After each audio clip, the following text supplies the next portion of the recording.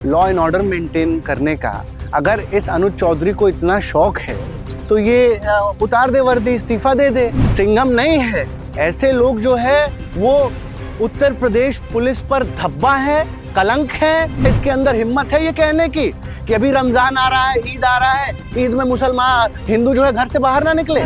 जिसके ऊपर 64 hate speech बनाने का रिकॉर्ड हो, उस मुख्यमंत्री से आप क्या उम्मीद कर सकते हैं? तो अपराध प्रदेश बनता चला जा रहा है उत्तर प्रदेश। कौन से मुस्लिम ने, किस मौलाना ने, किस मौलवी ने आकर कहा कि हाँ जो है हम उपद्रव करेंगे? किस मुसलमान ने कहा कि हम हिंदुओं के त्योहार में विघ्न डालेंगे? मतलब उत्तर प्रदेश का पहला ऐसा मुख्यमंत्री है जिन्होंने अपने ऊपर लगे आपराधिक मुकदमे हटाए। वो कौन होता है इस बात को कहने वाला कि त्योहारों में कौन बाहर निकलेगा, कौन घर में रहेगा?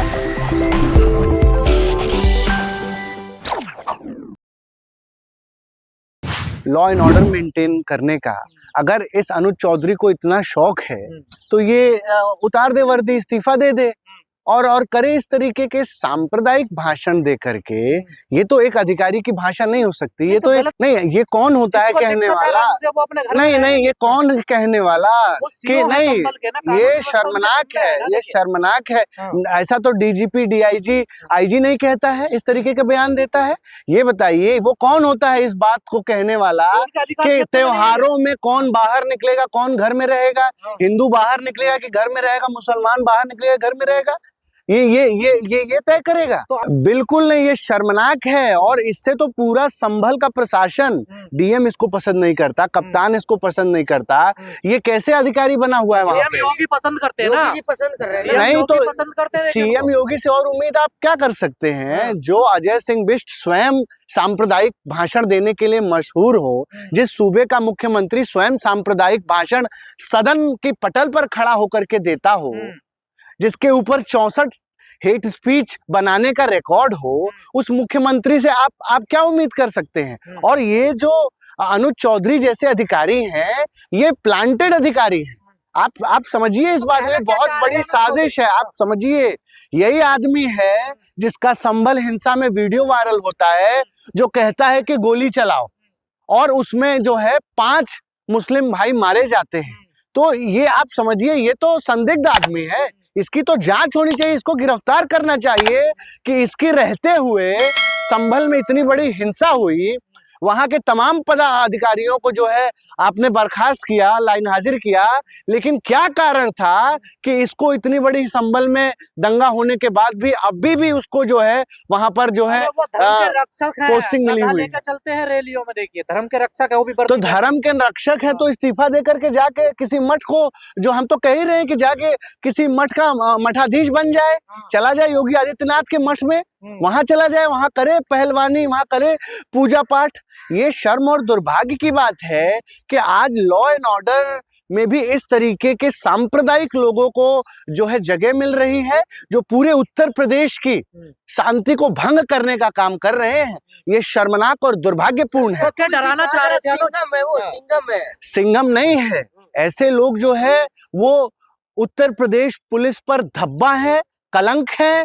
ऐसे लोगों को तत्काल प्रभाव से जो है वो बर्खास्त करना चाहिए। और मैं चाहता हूं कि सुप्रीम कोर्ट इसका संज्ञान ले। अभी होली है, रमजान है, अभी पूरा जो है त्योहार का महीना है ये। इसमें अगर ऐसे अधिकारी जो खुलेआम एक पक्ष का, एक समुदाय का समर्थन करते हैं, ऐसे अगर अधिकारी होंगे तो जो है हिंसा भड़क सकती है, दंगे हो सकते हैं। गलत क्या कह रहे हैं अनुज चौधरी? ठीक तो कह रहे हैं ना, जिसे रंग से दिक्कत है वो अपने घर में रहे। नहीं, हम कह रहे रंग से दिक्कत है क्यों भाई? इस देश में पहली बार होली आया है। ये कोई पहला अवसर है कि रमजान और होली एक साथ पड़ रहा है? ये शर्मनाक है कि आप जो है, और कौन से मुस्लिम ने, किस मौलाना ने, किस मौलवी ने आकर कहा कि हाँ जो है हम उपद्रव करेंगे? किस मुसलमान ने कहा कि हम हिंदुओं के त्योहार में विघ्न डालेंगे? ये आप आगे क्या, ये आगे बोल करके आप क्या सिद्ध करना चाह रहे हैं? नहीं सुनिए, नहीं, ये वर्दी पहनकर गुंडे हैं जो सरकार की सांप्रदायिक विचारधारा को पोषित करने वाले हैं। बिल्कुल मैं आरोप लगा रहा हूं, और इसका चरित्र भी बहुत गंदा है। अभी आप महिलाओं ने कितने, सुनिए वही बोल रहे हैं। नहीं, ये आदमी अगर इसको इतना भाषण देना है, लाइमलाइट में रहना है, पब्लिसिटी में रहना है, तो वर्दी पहनने का एक कोड ऑफ कंडक्ट होता है। एक जो वर्दी पहनता है आदमी, वो सांप्रदायिक नहीं हो सकता है, वो किसी एक विचारधारा और किसी एक धर्म का नहीं हो सकता है। और अनुज सिंह, तुम्हारी तनख्वाह जो है वो मुसलमान, हिंदू, हर वर्ग के टैक्स के पैसे से मिलता है। तुम नौकर हो, तुम सिविल सर्वेंट हो, अपनी औकात मत भूलो। अगर बवाल हो जाता है तो फिर कौन जिम्मेदारी लेगा? नहीं, उसके लिए लॉ एंड ऑर्डर है। अभी तो वही तो कह रहे हैं सीओ अनुज, क्या कि भैया व्यवस्था को बनाए रखिए। हाँ, किसी समुदाय को घर में बंद करके, कैद करके आप लॉ एंड ऑर्डर बना देंगे? आप कल को क्या इसके अंदर हिम्मत है? अभी ईद आ रही है, क्या हिंदुओं को ये कह सकता है कि हिंदू जो है ईद में बाहर ना निकले? सिर्फ मुसलमानों को बोलने के लिए और नफरत फैलाने के लिए तो आप ये बयान जारी करते हो। मैं पूछना चाहता हूं, क्या इसके अंदर हिम्मत है ये कहने की कि अभी रमजान आ रहा है, ईद आ रहा है, ईद में मुसलमान, हिंदू जो है घर से बाहर ना निकले? योगी जी तो कह रहे हैं पहलवान आदमी ऐसे ही बोलते हैं, वो देखिए। आप समझिए, योगी जी क्यों नहीं समर्थन करेंगे? योगी तो स्वयं, योगी जी सांप्रदायिक भाषण देते हैं, स्वयं जो है इनके ऊपर आरोप है, इन्होंने स्वयं अपने ऊपर के मुकदमे, मतलब उत्तर प्रदेश का पहला ऐसा मुख्यमंत्री है जिन्होंने अपने ऊपर लगे आपराधिक मुकदमे हटाए। तो आप समझिए, यही आदमी है, इसका पूर्व में काला इतिहास है। ये आजम खान के साथ बदसलूकी करते हुए दिखा है। निहायती बदसलूक आदमी है ये। वहां का संभल का कप्तान नहीं चाहता इसको, संभल का डीआईजी, डीजीपी तक इसको पसंद नहीं करता है। ये शर्मनाक है कि आज किस तरीके से अपनी संकीर्ण फूट डालो राज करो की विचारधारा को आगे करने के लिए भारतीय जनता पार्टी और योगी आदित्यनाथ ऐसे सांप्रदायिक अधिकारियों को पोषित कर रहे हैं। ये देश के अमन और चैन के लिए, प्रदेश के शांति के लिए बहुत खतरनाक है। आम आदमी पार्टी के राज्यसभा सांसद संजय सिंह कह रहे हैं ये लफंडर है। देखिए, नहीं, इस तरीके की बात नहीं कहनी चाहिए। मैं समझता हूं कि एक अधिकारी का जो कर्तव्य है वो सभी को संरक्षण देने का है, उत्तर प्रदेश में कानून व्यवस्था को कायम करने का है। वो अगर इस तरीके की जो है बातें करेगा और सामने आकर के बॉडी बना रहा है, रील बना रहा है, ये रीलबाज है, ये इस तरीके के लोग, हाँ घोड़ा है, इसकी तो जांच होनी चाहिए। इसकी आय से अधिक संपत्ति है, आप जाके देखिए लग्जरी गाड़ियों में घूमता है। ये बिल्कुल डराने की और एक तरीके से भय फैलाने की पूरे उत्तर प्रदेश में। आप देखिए, जब से भारतीय जनता पार्टी उत्तर प्रदेश में आई है तब से इसका एक ही काम, एक ही नारा, एक ही काम कि किस तरीके से उत्तर प्रदेश को, और अभी 27 में चुनाव आने वाला है, उत्तर प्रदेश के मुख्यमंत्री के पास कुछ बताने को नहीं है, कुछ जताने को नहीं है। अभी आपने देखा कैसे विधानसभा में इन्होंने एक अपराधी को जो है बताया कि वो 30 करोड़ रुपया और नाविक कमा लिया है। तो अपराध प्रदेश बनता चला जा रहा है उत्तर प्रदेश में लगातार जो है डकैती, लूट, हिंसा, मर्डर, आज महिलाओं के प्रति जो है अपराध में आज सबसे ऊपर उत्तर प्रदेश है। इन सब पर उत्तर प्रदेश की सरकार फेल हो चुकी है, इसलिए इस तरीके की सांप्रदायिक बातें की जाती हैं। पर योगी कहते हैं गुंडे भाग गए यूपी छोड़कर। देखिए, नहीं, जब मैं तो ये नहीं, आप ये बताइए, जब स्वयं अधिकारी ही गुंडों की भाषा बोलेंगे, जब स्वयं उत्तर प्रदेश के मुख्यमंत्री ही विधानसभा में गुंडों का महिमा मंडन करेंगे, ये कितने स्वजातीय गुंडे हैं पहले पता करिए उत्तर प्रदेश में, जो योगी आदित्यनाथ की बिरादरी के हैं, और उन पर 50 से ज्यादा मुकदमे हैं, लेकिन वो आज घूम रहे हैं। और किसी अपराधी का नाम देख करके, क्योंकि उसके नाम के पीछे कोई मुस्लिम टाइटल लगा है, उसका आप लगातार एनकाउंटर कर रहे हैं। और मैं ये नहीं कह रहा हूं, उत्तर प्रदेश में तमाम पत्रकारों ने रिपोर्ट जारी किया है। और आप समझिए ना कि भाजपा की तो एक ही काम है इनका कि किस तरीके से उत्तर प्रदेश को धर्म के आधार पर बांट दिया जाए, किस तरीके से सांप्रदायिकता बनाई रखी जाए। क्योंकि अंग्रेज तो थे, चले गए। अंग्रेज तो कहते थे फूट डालो राज करो, ये कहते हैं आग लगाओ राज करो, क्योंकि जितनी आग लगेगी उतना ही ये अपनी राजनीतिक रोटियां सेक पाएंगे। किसको रोकोगे अतुल जी? अब तो तमाम लोग ना बेलगाम हो रहे हैं। धीरेन्द्र शास्त्री बिहार में जाकर हिंदू राष्ट्र बनाऊंगा मैं, मेरा समर्थन करिए, मुझे साथ दीजिए।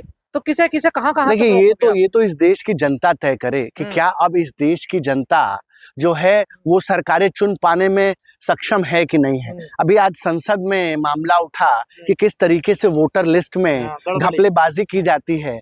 आप एक तरफ जो है जब चाहते हो तो लाखों लोग को वोटर लिस्ट में डाल देते हो और जब चाहते हो तो लाखों लोग का जो है नाम काट देते हो। आज शर्म और दुर्भाग्य की बात है कि पूरे देश में साजिश कर और इसमें चुनाव आयोग, देश का चुनाव आयोग जो मृत शैया पर लेटा हो चुका है, जो मृत हो चुका है, उस चुनाव आयोग को सबसे पहले बर्खास्त करने की जरूरत है। क्योंकि देश, अभी आपने देखा महाराष्ट्र के चुनाव में किस तरीके से पूरे 5 साल में इन्होंने जो है 50,000 से अधिक जो है वोटर जोड़ा और पिछले 4 साल में इन्होंने 29 लाख वोटर जोड़ दिया। इसी तरीके से हरियाणा में किस तरीके से वोटर लिस्ट में फ्रॉड किया जा रहा है, दिल्ली के चुनावों में किस तरीके से वोटर लिस्ट पे फ्रॉड किया जाए। तो जब आप समझिए कि लोकतंत्र में चुनाव और फ्री एंड फेयर चुनाव, ट्रांसपेरेंट चुनाव जब तक नहीं होंगे, जब तक जनता जो है वो लोकतंत्र में अपने मताधिकार का लोकतांत्रिक ढंग से प्रयोग नहीं करेगी, तब तक इस तरीके की सरकारें चुनकर आएंगी। आज देश को जरूरत है कि इस सांप्रदायिकता के खिलाफ, इस जो ये सांप्रदायिक राजनीति हो रही है, इस देश को बहुत नुकसान हो रहा है। मैं समझता हूं कि आज इस देश के मुसलमानों को भी, इस देश के हिंदुओं को भी ये समझना पड़ेगा कि आपके भविष्य को रौंदा जा रहा है, आपके आने वाले बच्चों के भविष्य को खराब करने के लिए हिंदू मुस्लिम के इस राजनीति को आगे किया जा रहा है कि देश के जो अहम मुद्दे हैं, आज आप बताइए ना, देश की अर्थव्यवस्था किस तरीके से डूब गई, 1 ट्रिलियन शेयर मार्केट में पैसा डूब गया, लगातार रुपया जो है वो कमजोर हो रहा है, 88 रुपया जो है $1 की कीमत हो गई, बेरोजगारी चरम पर है, 1/4 आबादी आपकी गरीबी से जूझ रही है, लगातार जो है जातिगत हिंसा हो रही है। अभी मेरठ में देखिए किस तरीके से एक जाटो समुदाय के लड़के को बेरहमी से पीटा जा रहा है, सामाजिक न्याय को जो है कुचला जा रहा है। इन सब पे कोई ध्यान नहीं है सरकार का, सिर्फ और सिर्फ हिंदू मुस्लिम। ये शर्मनाक है, दुर्भाग्यपूर्ण है। इस देश की जनता जागे और इस हिंदू मुस्लिम राजनीति के खिलाफ बिगुल फूके क्रांति करे। धन्यवाद। जय हिंद, जय भारत।